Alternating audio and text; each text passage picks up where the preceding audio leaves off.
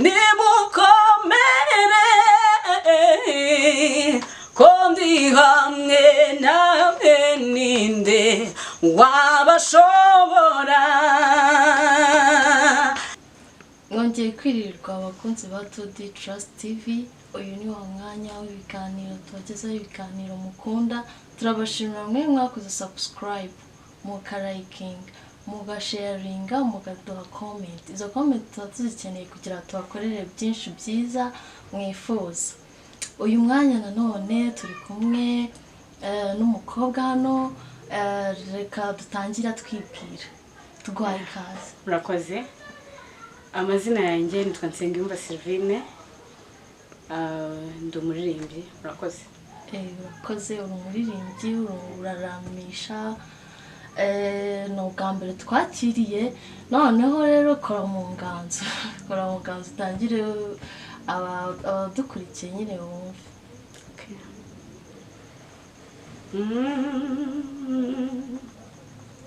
Mwimana yacu waraturinze, uturinde umushinya wa Satani, uturindira muri isi ishaje, uraturinda ntitwapfa.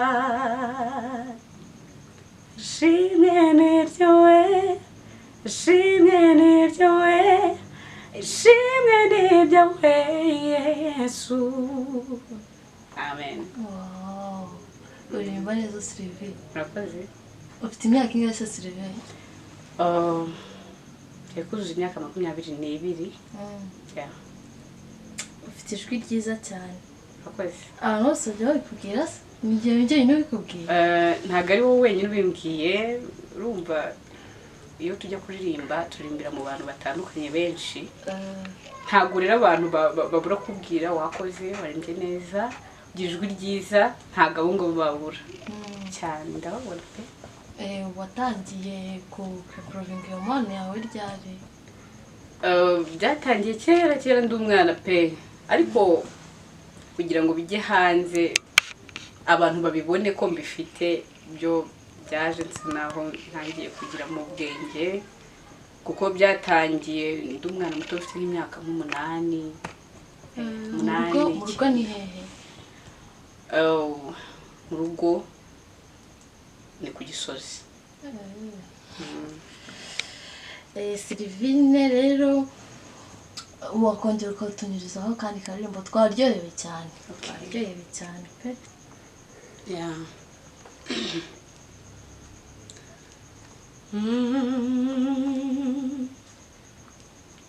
Turi hafi yo gutaha iwacu mu ijuru, aho tutazongera kurira ukundi, urupfu n'intambara bizashiraho, nibwo haza umunsi umwe nkabye bagirirwa kwa Yesu. Turi hafi yo gutaha iwacu mu ijuru, aho tutazongera kurira ukundi, urupfu n'intambara bizashiraho, nibwo haza umunsi umwe nkabye bagirirwa kwa Yesu.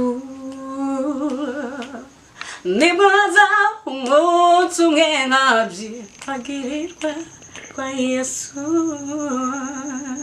Amen. Amen. Yeah. Sylvine, ukora iki kugira ngo iyo mpano yawe utazayitakaza mu buzima bwa buri munsi? Kugira ngo ntazayitakaza, ubundi kintera imbaraga cya mbere nuko mbikunda bindimo. Nta kindi kintu kirenze nkora. Nta korali se uririmbamo cyangwa se amajitima atanga cyangwa ukorana n'abahanzi? Gukorana n'abahanzi bibaho, ariko mba bekinga dufatanya gutyo. no kuririmba bisanzwe bibaho muri worship team, kuramya no guhimbaza Imana no mu makorali rimwe na rimwe cyane, ariko cyane ni muri worship team no gufasha abahanzi.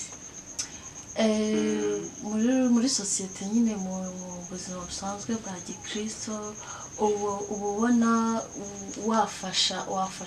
wafasha gute umuntu kugira ngo akomeze inzira y'agakiza cyangwa se agume mu bukristo? Ikintu namufasha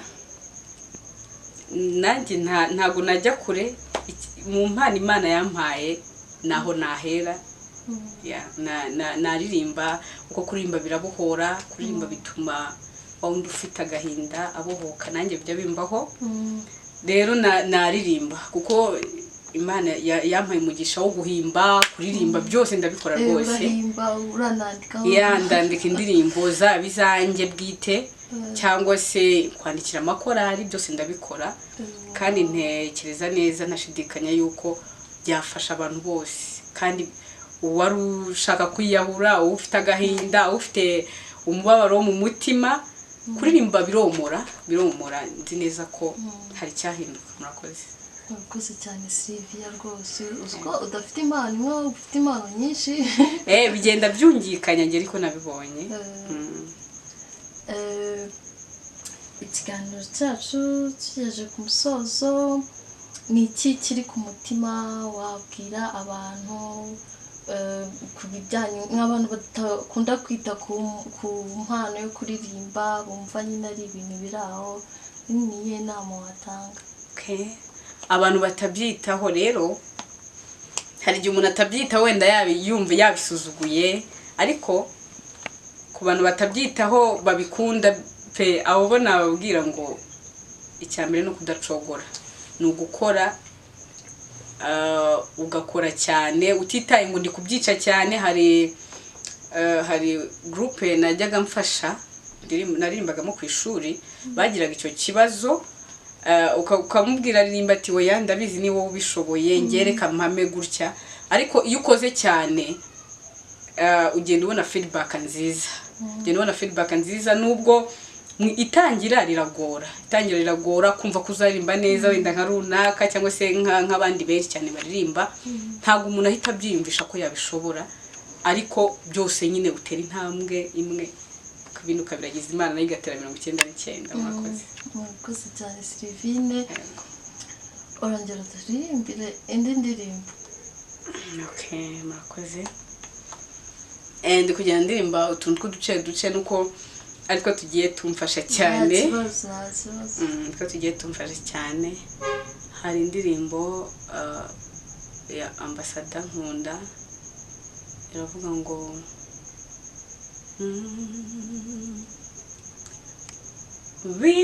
biratangaje cyane iby'Imana idukorera, birakwiye dushime iyo Mana itwitaho cyane, nta kindi kitubeshejeho nubwo bundi tugirira, nyamara Imana ni nziza ntihwema kuturengera. Mu mihanda tugenda, urupfu turagendana, tekereza uko ugendagenda, ibuka yamanuka, nshuti mbwira uko wabigenje ngo bibe wabukire.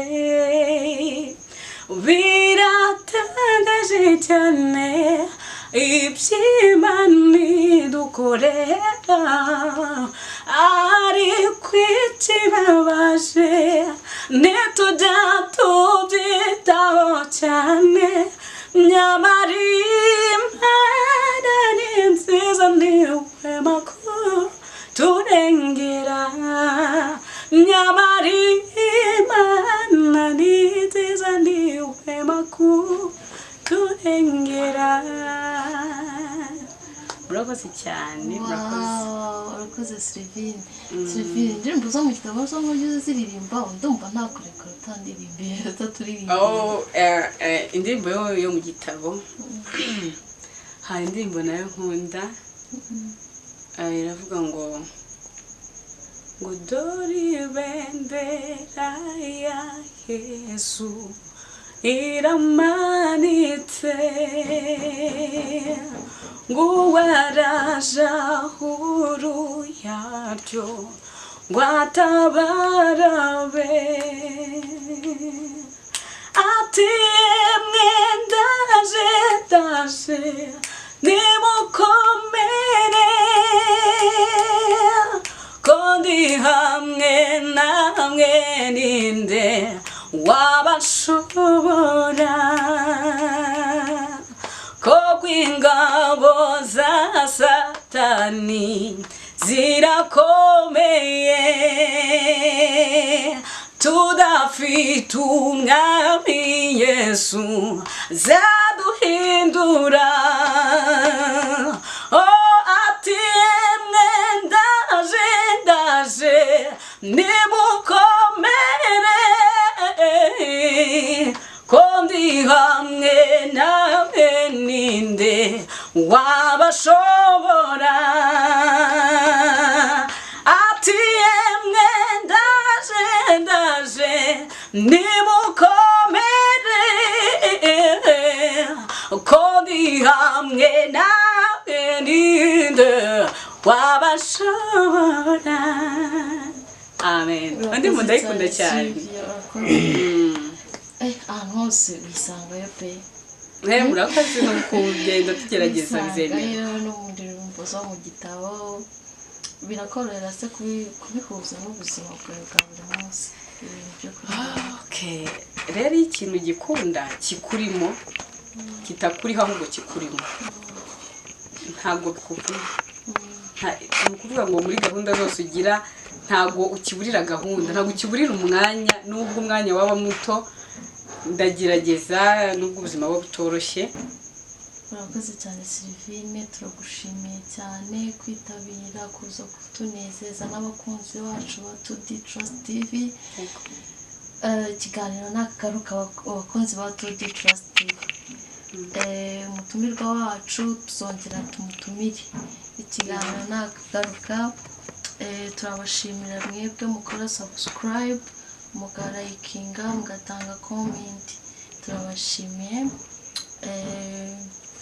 Nawe mutumirwa wacu Sylvine turagushimiye cyane. Imana iguhe umugisha, Imana ikongerere kandi impano yawe rwose turagushyigikiye turi inyuma yawe. Murakoze cyane.